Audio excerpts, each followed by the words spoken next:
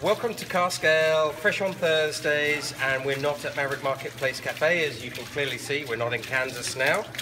We are at Aeronaut Brewing in Somerville, and I'm here with Leah, one of the assistant brewers, and Mark, the head brewer from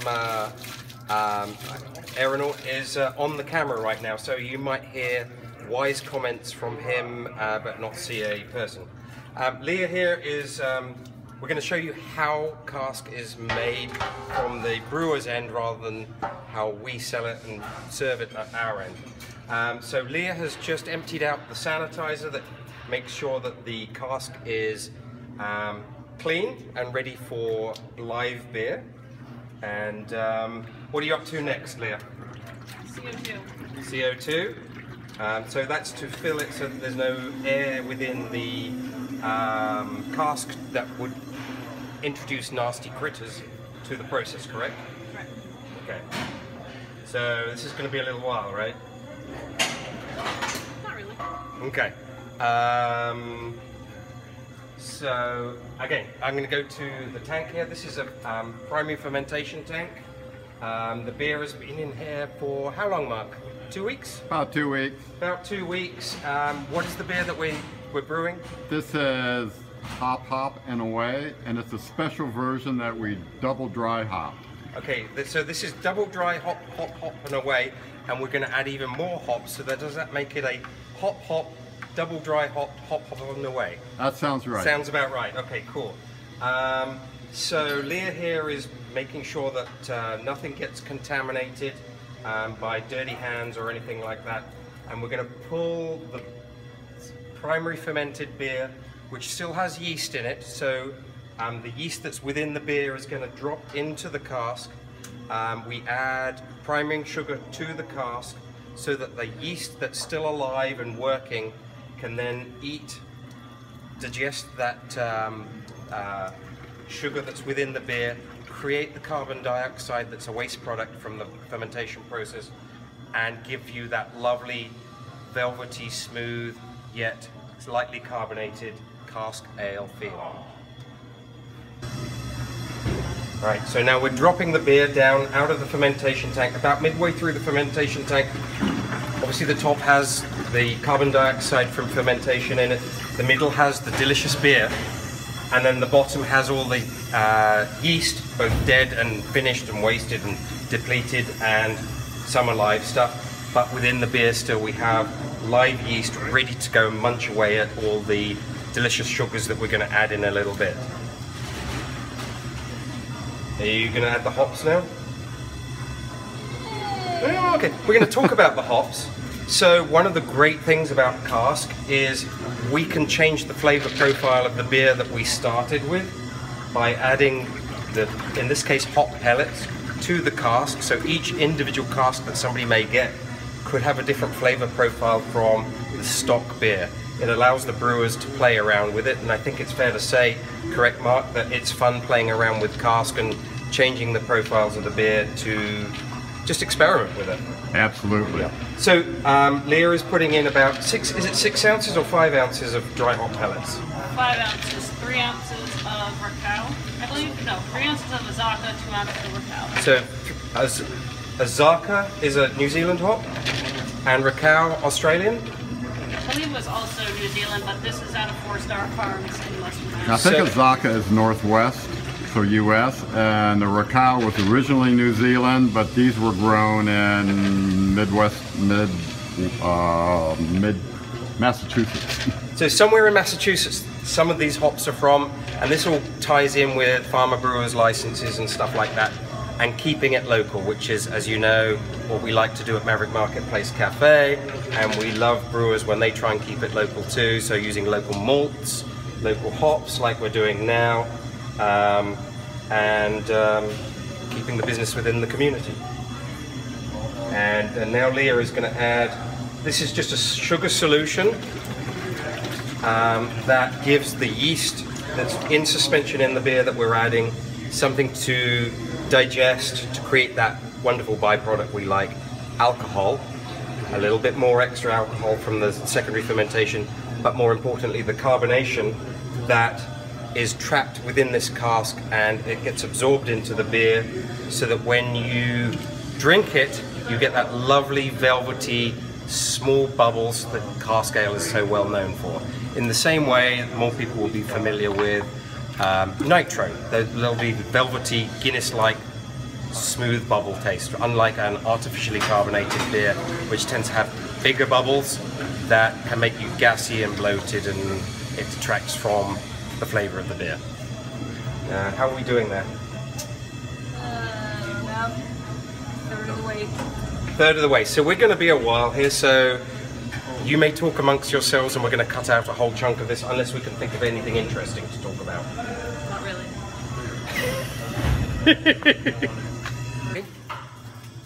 Okay, and we're back. The cask is almost filled. Leah is about to shut it down.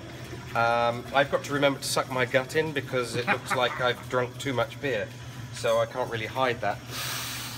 There we go. We're good. Okay, I've got to breathe now. All right, it's gonna fail. Oh well. Deal with what you got.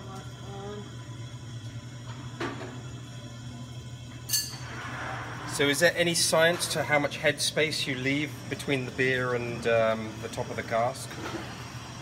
As little as possible in general, unless you want to add something in even later. Sometimes you can add stuff in afterwards.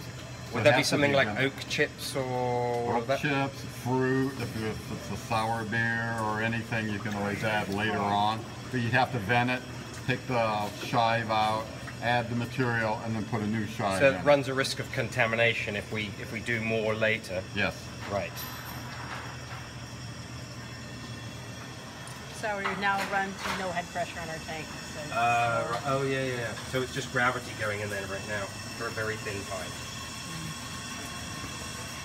Nearly there. Oh, you can see all the hops floating on the surface that are going to infuse into the beer over the next, well, few days to 2 weeks, I guess we're talking about, depending on the brewer's choice. And so it sits for either 3 days to a couple of weeks at 52 degrees, or sometimes at room temperature, to allow the yeast to do its work, to create the carbon dioxide and a little bit of extra alcohol. And these hops that we added will impart an extra flavor into the beer. And then there's a... Do you guys cold crash here to stop the secondary fermentation, or does it just naturally stop? Yes, we cold crash after we allow enough time for it to hopefully finish fermenting and working. And I think cold crashing is just a glamorous way of saying we throw it in the refrigerator, right? Absolutely. Okay, there you go. So, okay, so that's full now, and then it's a is it full or is it still going? While this is going on, perhaps, Mark, we can pan around just gently around the brewery so people can see the scale of Aeronaut's brewing, and if there's anything you want to point out as we go along, because I don't know this end of how everything works. Well, right behind you is our kettle, our brewing kettle, where we put the beer in. Okay. And I'm panning over to the mash tun where we first mash in. I'll back up a little bit since it takes up the entire view of the camera. Okay, we're done over here apparently now, so that was fun. And our brew kettle, mash tun, and our whirlpool. All right. Now I guess we're done. All right. And Leah's going to get ready to bung it up. You can see the hops floating on top yet? Yep. So that's going to be like a... People familiar with iced tea infusions and all that sort of stuff. You know, they're going to get the hop oils out of the hop pellets there. That's going to impart tasty goodness later on.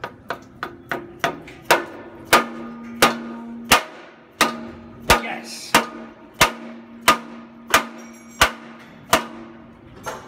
If you're a brewer, clearly you never have anger management issues if you have to do that all day.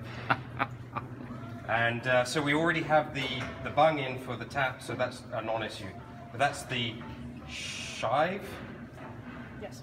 That's a shive. Shive, yes, is on the rounded part. On the end is called a keystone. Keystone, excuse me. Bunghole sounds funny. Yes. And if you look, you'll see that little red spot right here. That's called a tut. Tut and shive, and then the spile would get knocked into that tut. Yes. Correct. Okay, so this would now go away for a to be determined period of time at about 52 degrees or room temperature depending on your brewery. Yep. And then whenever the brewer says this is good to go, it would get shipped to somewhere like me at Maverick Marketplace Cafe after cold crashing to stop the yeast activating any further, and then we will get to serve it to you, the general public. And we're going to go over there like about 20 feet and go and taste one right now. So here we are, we've finished the process. Let's assume that we've been 2 weeks since we finished that cask and it's been sitting at room temperature, knocked down to refrigeration temperature, and then when we serve it, it comes back to 52 degrees to be at the correct cask ale temperature. And this is how we'd say in the UK, if anybody's seen Blue Peter, one we made earlier. This is actually Imperial Galaxy Zero Cumulus made with Azacca hops that we're drinking right now to reward ourselves for all the hard work I did while Leah was really not mucking about with beer. So cheers. Cheers. This is going to be tasty in a different hop profile. And we already tried this earlier on and ascertained that it's bloody good. These are the two hops that we dry hopped with, which we're going to do a test. What was the hop names? Oh, Raquel and Azacca. Raquel and Azacca. And they are, you wouldn't say they're fruity as they are as dry hops, but they certainly, that's the profile once they dissolve in the beer and give us what we were hopefully hoping for. So in about 2 weeks' time, we'll be tapping this cask over at Maverick Marketplace Cafe and reporting back on how well we did. Hey, we're back again. For those of you that was wondering who was behind the camera, this is Mark, head brewer at Aeronaut Brewing, and I think you have a technical name. You are brewmaster, is that correct? That's correct. And I'm also going to toot his horn because he won't. He just won, or you guys just won, a gold medal at Great American Beer Festival. So, yay to these guys. And they're one of our awesome local breweries here in Boston, Somerville, People's Republic of, kinda. So, what else can we add? I don't know. Go out and drink real ale, Maverick Marketplace. Exactly, and check out nearax.com to see where your local craft cask brewery is being served. Cheers. There we go.